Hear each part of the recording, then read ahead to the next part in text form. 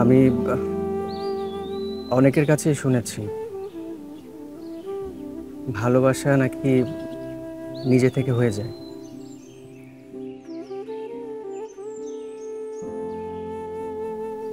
আমিও ভালোবেসেছি একটা খুব সুন্দর মেয়েকে।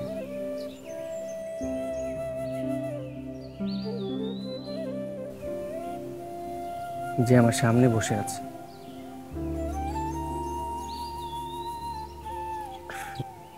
আজকাল তো দিন এমন পড়েছে যে মানুষ ভালোবাসতেই চায় না।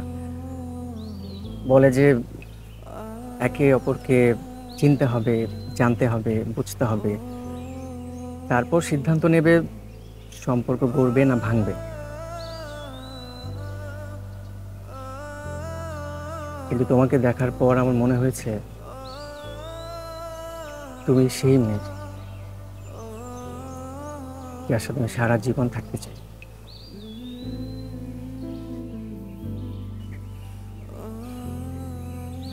আমি সবসময় ভেবেছি যে পরিবারের মত নিয়ে বিয়ে করব,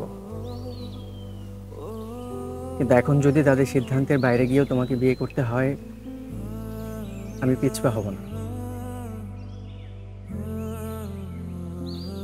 কিন্তু আমার কাছে আমার চেয়েও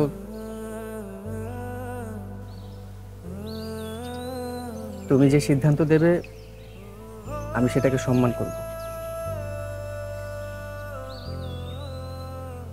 তোমার সিদ্ধান্ত যদি না হয় তাহলে আমি আমার জীবনটা কোনোভাবে কাটিয়ে নেব, কিন্তু যদি হ্যাঁ হয় তোমার জীবনটা আমি সাজিয়ে দেব। বাহ, কি রে সজল, তুই তো জাস্ট ফাটাই দিছিস। Proud of you. মানে আসলে ওর নিজের ফিলিংসটা না তোমার কাছে নদীর মতো বয়ে দিল। ও যে তোমাকে এতটা ভালোবাসে এটা আমি ভাবতেও পারিনি। ওদিকে আমি অনেক ক্যাজুয়াল, আমি খুব বেশি সিরিয়াসলি কোনো কিছু নিইনি, খালি ওকে সিরিয়াসলি নিয়েছিলাম লাইফে, আর তারপরে তোমাকে সিরিয়াসলি নিয়েছি। তোমার সাথে পরিচয়ের পরে কবে যে তোমাকে ভালোবেসে ফেলেছি জোনাকি, সেটা আমি নিজেও জানি। আর এই পুরো বিষয়টা না আমার কাছেও আসলে নতুন জোনাকি।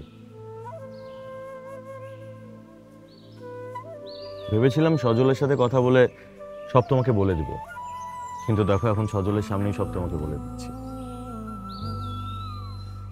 ভেবেছিলাম প্রেমে পড়ে আসলে মেয়েদেরকে কখনো প্রপোজ করব না, বাছা মরা শপথ গ্রহণ করব না, এগুলো টাইম ওয়েস্ট। কিন্তু এখন দেখো জোনাকি, তোমাকে দেখার পর থেকে আমি তোমার সাথে সারা জীবন টাইম ওয়েস্ট করতে রাজি আছি।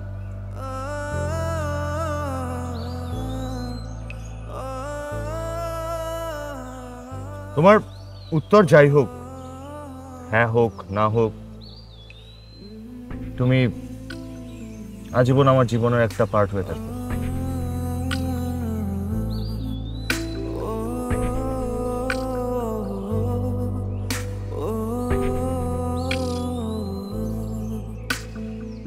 জোনাকি, তোমার এখনই কোনো উত্তর দেওয়ার প্রয়োজন নেই।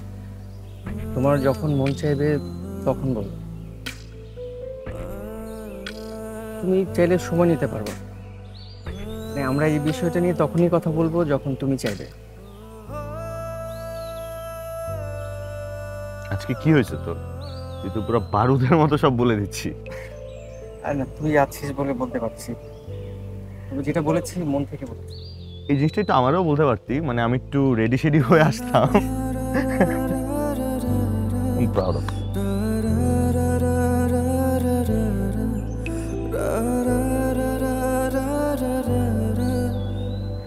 কিন্তু ওরা দুজনে একসাথে কেন তোকে প্রপোজ করলো?